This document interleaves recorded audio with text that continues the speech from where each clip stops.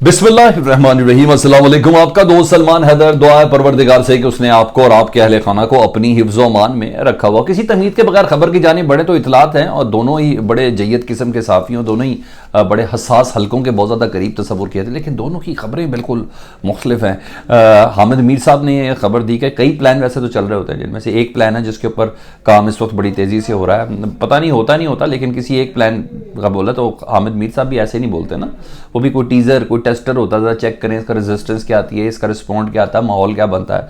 वो कह रहे हैं -3 पर इस वक्त काम हो रहा है, और इस -3 में आने वाले इलेक्शन में इमरान खान साहब तो नहीं होंगे, इसका तो चले हमें थोड़ा सा अंदाजा है।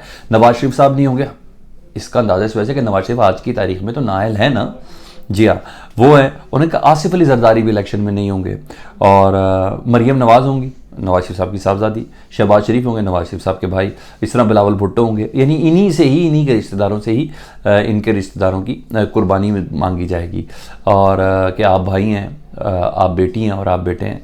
तो ये चीज़ है। एक तरफ तो हामिद मीर साहब अंदर की खबर देकर टेस्ट कर रहे हैं सबको, जी ये तो है खबर, लेकिन दूसरी तरफ सुहेल वड़ाइच साहब, he is also very much close with sensitive हल्का, तो वो भी खबर रखते हैं। और वो क्या कह रहे हैं, वो कहते हैं जरदारी साहब बतौर सदर रहेंगे, आने वाली हुकूमत में जरदारी साहब का जो किरदार होगा वो बतौर सदर पाकिस्तान होगा जी। नवाज शरीफ इब्तदा में वज़ीर आज़म बनेंगे, और वो कुछ दिन बाद इक़्तिदार से हट जाएंगे और अपने भाई शहबाज शरीफ साहब को इक़्तिदार देंगे, और कहेंगे कि भाई मैं थक गया हूँ और अब मैं किंग नहीं किंग मेकर बनूंगा। और इस पर ये सुहेल वड़ाइच साहब कह रहे हैं कि वो इक़्तिदार से हट जाएंगे। मुझे याद है कि फैसल वाडा साहब ने भी कहा था कि अब आने वाली जो हुकूमत है ना वो 12-13 महीने से ज़्यादा की नहीं है। अच्छा, वो 13 महीने से ज़्यादा की नहीं होगी, उन्होंने कहा। तो असल बात तो मेरा ये चलें हामिद मीर साहब की मिथ, ये वो वाला प्लान चल रहा हो या सुहेल वड़ाइच साहब का चल रहा हो, लेकिन असल मुद्दा तो मेरा ये कि इन दोनों जमातों की, चाहे पीपल्स पार्टी हो चाहे नून लीग हो, इन दोनों की ऑन ग्राउंड मकबूलियत नहीं है, और ग्राउंड पर इस वक्त उनकी कोई कारकर्दगी भी नहीं है। अवाम 16-17 महीने का जख्म चाट रहे हैं, कुछ भी ऐसा नहीं है, ये हकीकत है। और जिसको जो मकबूल है उससे कोई बात ही नहीं कर रहा, उससे कोई किसी किस्म की बात ही नहीं पूछ रहा। मैं पाकिस्तान तहरीक इंसाफ की बात कर रहा हूँ, इस वक्त पाकिस्तान की पॉपुलर जमात तो वही है। तो मतलब ये तय है इन गुफ्तगुओं से, चाहे हामिद मीर साहब की बात ले लूँ, चाहे मैं सुहेल वड़ाइच साहब की बात ले लूँ, कि आइंदा इंतखाबात मकबूलियत पे नहीं है, आइंदा इंतखाबात कबूलियत पर है, आइंदा इंतखाबात वोट पे नहीं है, आइंदा का इंतखाबात स्पोर्ट के ऊपर होगा। जिसको स्पोर्ट मिल गई वही जीतेगा, और जिसको वोट मिल गई उसके जीतने की किसी किस्म की कोई गारंटी नहीं है, क्योंकि इलेक्शन है तो इलेक्शन की सब बंदियाँ हो रही हैं। तो जब सब बंदियाँ हो रही हैं तो फरमाइशी गिरफ्तारियाँ भी हो रही हैं सर। जी हाँ, रात की कुछ नई चीज़ें भी मुझे पता चली है, और सुबह के मुतालिक आपको बताऊँ फवाद चौधरी साहब पहले भी गिरफ्तार हुए थे, और उन्होंने कोई प्रेस कॉन्फ्रेंस भी नहीं की थी, लेकिन छूट भी गए थे, और मगर IPP में नज़र आए थे ना, इस्तेकाम पाकिस्तान पार्टी में मुझे नज़र आए थे, और वही फवाद चौधरी कल फिर गिरफ्तार हुए। तो उनकी गिरफ्तारी पे मैंने आपको बताया कि मेरे पास जो खबर थी वो ये थी कि वो पाकिस्तान तहरीक इंसाफ नहीं छोड़ना चाह रहे थे, उनको पता था अंजाम क्या है, और फिर हल्के की सियासत में अगर मैंने की है तो मेरी क्या इज्जत रह जाएगी। तो फिरदौस आशिक अहवान साहब जो तर्जुमान है इस्तेकाम पाकिस्तान पार्टी की, जहांगीर खान तरीन साहब वाली पार्टी की बात करो, अलीम खान साहब वाली पार्टी की बात करो, ओन चौधरी साहब वाली पार्टी की बात करो, फिरदौस आशिक अहवान साहबा ने सारा भांडा फोड़ दिया जी फवाद चौधरी साहब की गिरफ्तारी का। उन्होंने कहा है कि फवाद चौधरी डबल गेम कर रहे थे, हमारे साथ भी थे और इधर उधर ताका झांकी भी कर रहे थे, ताका झांकी भी इधर उधर कर रहे थे। मतलब वो कह रहे थे कि वो PTI में भी रहना चाहते थे, शायद पीपल्स पार्टी से भी किसी किस्म के कोई राब्ते में हो, तो उन्होंने कहा इस वजह से उनको गिरफ्तार हुए। मतलब मैं अगर ये कह लूँ कि फवाद चौधरी साहब की जो गिरफ्तारी है ना वो IPP की फरमाइश पर हुई है, तो ये गलत नहीं होगा, क्योंकि भाई वो है ही इतने ताकतवर, जो भी PTI को टूटता है वो या तो सियासत छोड़ता है, या सियासत करनी तो उसने IPP पे करनी है। वो पीपल्स पार्टी में तो शामिल नहीं हो रहा, वो नून लीग में तो शामिल नहीं हो रहा, तो वो यहीं शामिल हो रहा है। तो इनकी फरमाइश सारी लेवल प्लेइंग फील्ड इनको भी तो देनी है ना। तो ये भी कहा जा सकता है कि IPP के ही कहने पर फवाद चौधरी साहब को गिरफ्तार किया गया, क्योंकि उधर असद कैसर की तरफ से ये खबरें हैं कि उनकी जो गिरफ्तारी थी ना वो उसकी वजह ये थी कि असद कैसर KPK में परवेज़ खटक साहब को पनपने नहीं दे रहे थे। वो परवेज़ खटक साहब की गेम मुसलसल ख़राब कर रहे थे, इसीलिए उनके जलसे की कुर्सियाँ भी नहीं, खड़ा होना तो बहुत कुर्सियाँ भी नहीं भरी जा रही थी। और ज़ाहिर बात है परवेज़ खटक के कहा जा रहा है कि परवेज़ खटक भी ज़ाहिर बात है कोई आम आदमी तो नहीं है, ये मुज़ाकरातकार थे इमरान खान साहब के, कि जिनसे मुज़ाकरात करने थे इन्होंने अपनी पार्टियां बना ली हैं। तो परवेज़ खटक साहब, कहा जा रहा है कि असद कैसर परवेज़ खटक साहब की फरमाइश के ऊपर गिरफ्तार हुए हैं कि इस बंदे का चुप रहना बड़ा ज़रूरी है जनाब, इसको ज़रा गिरफ्तार करें।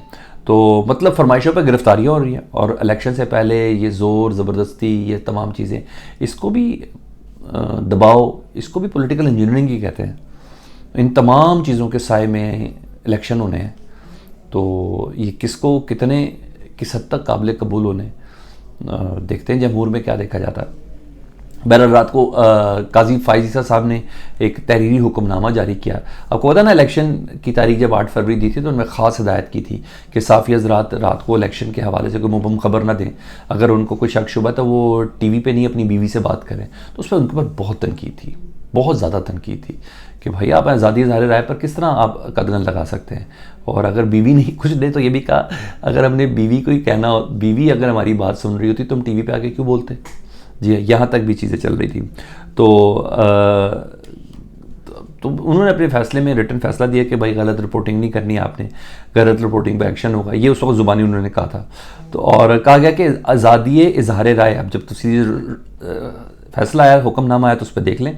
उन्होंने लिखा है साफ़ी हज़रात को कि आज़ादी इजहार राय की आइनी आज़ादी के गलत इस्तेमाल का मतलब जमहूरियत को नीचे दिखाना है, यानी आपको जो आइन ने आज़ादी दी हुई है उसका गलत इस्तेमाल ना दरअसल जमहूरियत को नीचा दिखाने के मुतरादिफ होगा।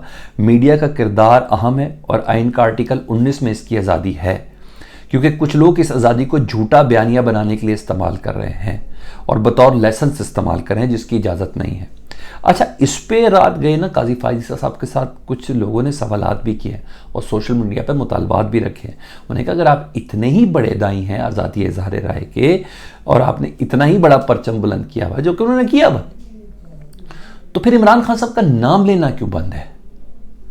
इमरान खान साहब का नाम अखबारात में, टीवी पे, कहीं पे लेना क्यों बंद है? ये किसके कहने पर है? तो वो क्यों बंद है? तो पाकिस्तान तहरीक इंसाफ का कोई मौक़िफ़, कुछ वकला ज़राती आते हैं ना, कोई सियासतदान आगे क्यों नहीं, अली मोहम्मद खान को इजाज़त मिल गई, वो भी बताने बहुत डर और खौफ के साथ चल रहे होते हैं, तो कोई सियासतदान क्यों नहीं पीटीआई का मौक़िफ़ दे सकता? तो ये काजी फायज़ सबसे सवालात कर रहे हैं कि सुप्रीम कोर्ट सहाफ़ियों के हवाले से तो कुछ को सताइश भी कर रही है और कुछ को, सारी बात है, कुछ को उन्होंने स्नब भी किया है। तो ज़रा इस तरह भी काजी फायज़ साहब देखें। अच्छा, दूसरा इसहाक डार साहब को कल की वो खबर थी कि मुस्लिम लीग नून का ना उनको इलेक्शन की जो सारा जो ऑपरेशन है उसका चेयरमैन बना दिया गया। तो इसहाक डार साहब फ़िल्टर करेंगे उन तमाम टिकट्स को और फिर उसके बाद टिकट दी जाएंगी। लेकिन मुस्लिम लीग नून के अंदर से जी हाँ शदीद तनकीद हो रही है कि क्या हो गया मियाँ मोहम्मद नवाज शरीफ साहब को, अभी भी अकल नहीं आई, अभी भी उनको समझ नहीं आई, वो ख़ानदान से बाहर ही नहीं निकल रहे। समधी उन्होंने अपना कमेटी का, इलेक्शन कमेटी का चेयरमैन बना दिया है, भाई उन्होंने मुस्लिम लीग नून का सदर बना दिया है, बेटी उन्होंने चीफ ऑर्गेनाइज़र बना दिया, और फिर पता नहीं अपने ही रिश्तेदारों में किसको क्या क्या अहदे दिए हुए। तो हो क्या गया है? तो इसहाक डार साहब तो ने तो कभी इलेक्शन ही नहीं लड़ा, और ये तो वैसे ही नॉन इलेक्टेड आदमी है और इनको तजुर्बा भी नहीं है हल्के की सियासत का, तो ये कैसे फ़ैसले कर सकते हैं? तो यहाँ ये तनकीद भी है। और वाकई उनको पता ही नहीं है इलेक्शन की हल्का बंदी और हल्कों के अंदर किस तरह की सियासत होती है, कौन कितना मशहूर है, सिर्फ रिपोर्टों के ऊपर सर्टन फिल्ट्रेशन करके आगे भेजेंगे। सवाल तो है। ये अब तक की अपडेट्स थी, फीडबैक से मुतल्लिक़ ज़रूर आगा कीजिएगा। अपना बहुत ख्याल रखें। अल्लाहुम्मा सल्ली अला मुहम्मद व आले मुहम्मद।